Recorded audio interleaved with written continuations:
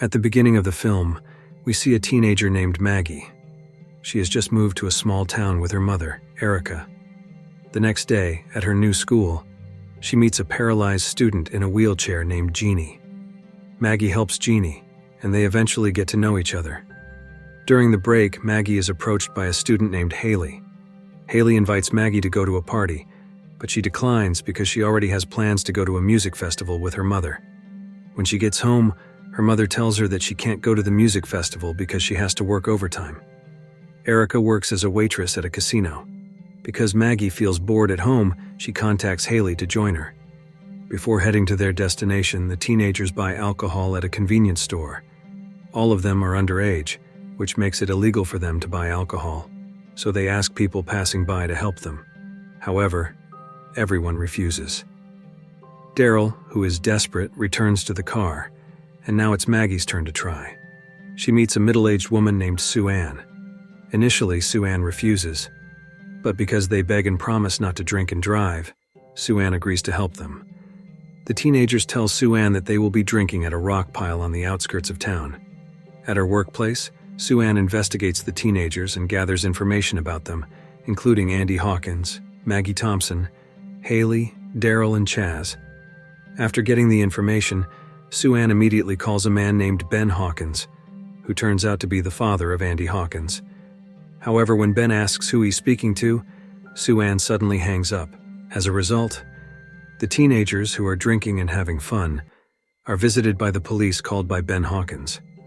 Fortunately, the police officer lets them go because he happens to be a friend of Ben Hawkins from school. The next morning, Maggie's mother goes to a veterinary clinic to treat her sick dog. There she meets Sue Ann, who works at the clinic. Because she is in a hurry, Erica leaves her dog with Sue Ann.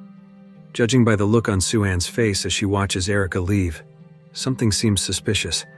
Sue Ann has a boss who is strict and often speaks harshly to her. That night, Sue Ann invites the teenagers to drink in her basement.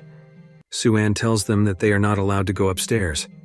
There, Chaz tries to flirt with Sue Ann. Instead of being interested, Sue Ann points a gun at his head. The initially pleasant atmosphere becomes tense. For some reason, Sue Ann then orders Chaz to take off all his clothes. Chaz's friends who saw it were terrified, but it turned out to be Sue Ann's joke. They all laughed. Sue Ann's pleasant personality earned her a new nickname from them. They called her Ma. At her workplace, Erica met her old school friends Mercedes and Ben Hawkins. Here we can see the relationships between them. The relationship between Mercedes and Erica was not very pleasant, and Mercedes disturbed Erica while she was working. It turns out that Sue Ann was there, spying on them. The next day, Erica had a task out of town for a few days. She told Maggie not to let anyone into the house. At school, when they returned, they found a surprise, a box of liquor from Sue Ann. Instantly, Sue Ann became popular among the high school kids who called her Ma. Recently, her house seemed to be filled with teenagers. Then, Sue Ann remembered her past. While partying, she heard a commotion upstairs, and Sue Ann went to check it out, grabbing a syringe from the fridge. Haley, who needed to use the bathroom, decided to go upstairs because the downstairs bathroom was occupied by another friend. Haley went upstairs with Maggie secretly. Unfortunately, Sue Ann noticed and scolded them, kicking them out. The next day, Sue Ann came to their school to apologize and invite them to another party, but they refused. Haley, who was upset from being harassed by Sue Ann with harsh texts, started to curse at her. This made Sue Ann angry, and she left. However, the next day they partied again at Sue Ann's house to celebrate their friend Stephanie's birthday.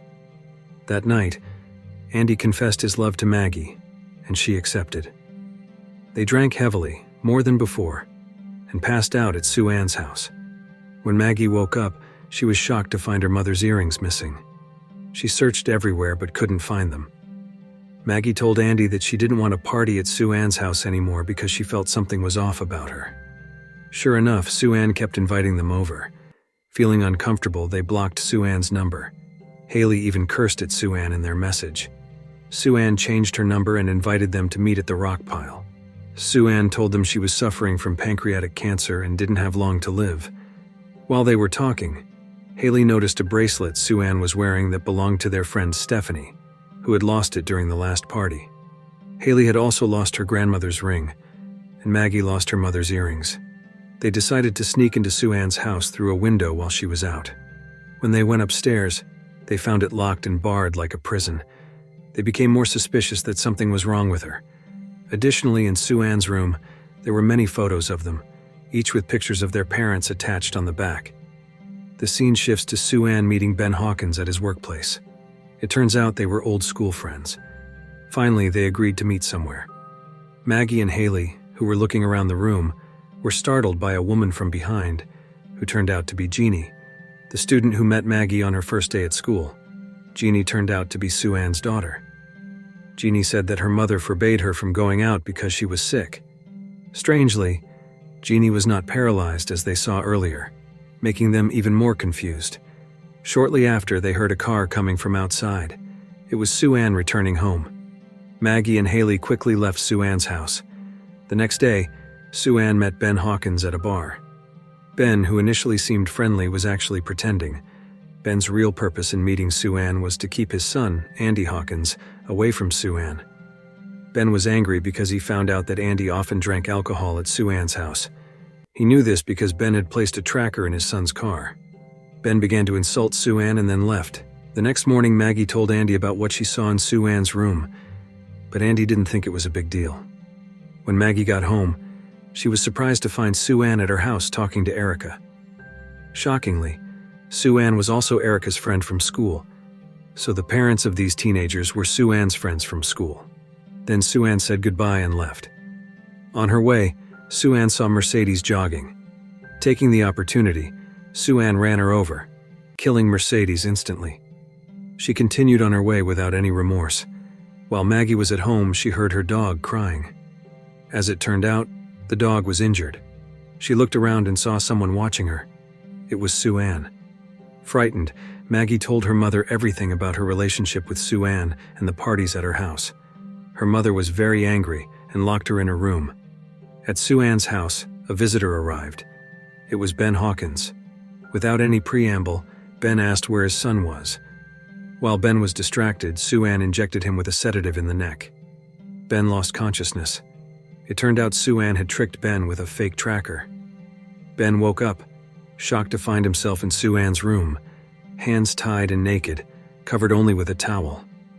Cruelly, Sue-Ann transfused dog blood into Ben's body. Maggie, who was locked in her house, received a video from Sue-Ann.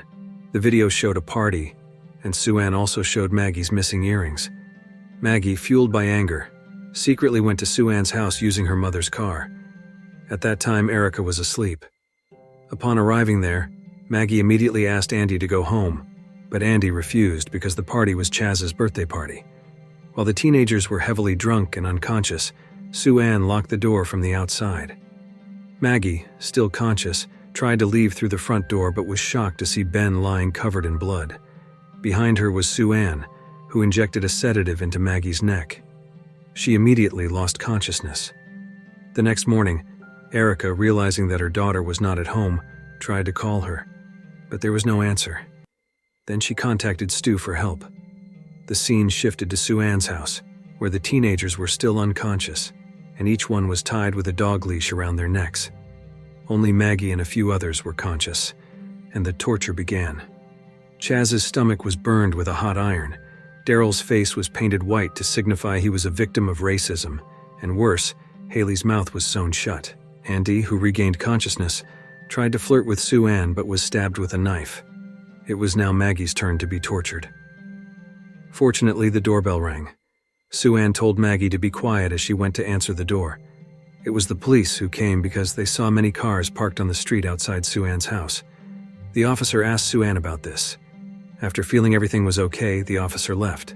Suddenly, Maggie screamed. The officer, who heard the scream, immediately turned around but was instantly shot by Sue-Ann. Then Sue-Ann went downstairs to kill Maggie by hanging her.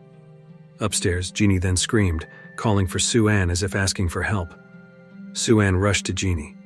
When the door opened, Jeannie hit her. Sue-Ann fell, knocking over the surrounding candles and starting a fire, and Jeannie went downstairs to save them and untied Maggie, who was hanging. Shortly after, Erica arrived and saved them all. Sue-Ann woke up and grabbed her daughter Jeannie, who was scared, and asked for help. Maggie finally helped Jeannie by stabbing Sue-Ann from behind with a knife, and they hurried out of the burning house. Meanwhile, Sue-Ann chose to stay in the burning house with Ben. It was then revealed that Sue-Ann did all of this because she was a victim of bullying by her former schoolmates, who were the parents of the teenagers. She was humiliated by everyone at her school, orchestrated by Ben Hawkins, the person Sue-Ann had feelings for. So to get her revenge for what happened to her in school, she felt she had to do all of this. And the film ends. If you like this video, don't forget to subscribe. Because by subscribing, you have supported me to make better videos. See you in the next video.